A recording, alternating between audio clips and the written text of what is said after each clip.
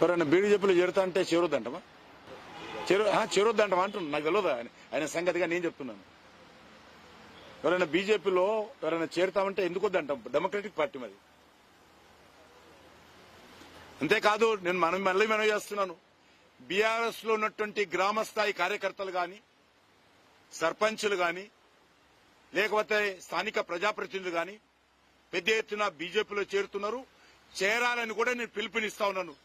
BRS కు తెలంగాణలో భవిష్యత్తు లేదు. బీఆర్ఎస్ 10 సంవత్సరాలు కేసీఆర్ కుటుంబం చుట్టే తిరిగింది. కేసీఆర్ కుటుంబానికే సేవ చేసింది ప్రభుత్వం గాని, పార్టీ గాని.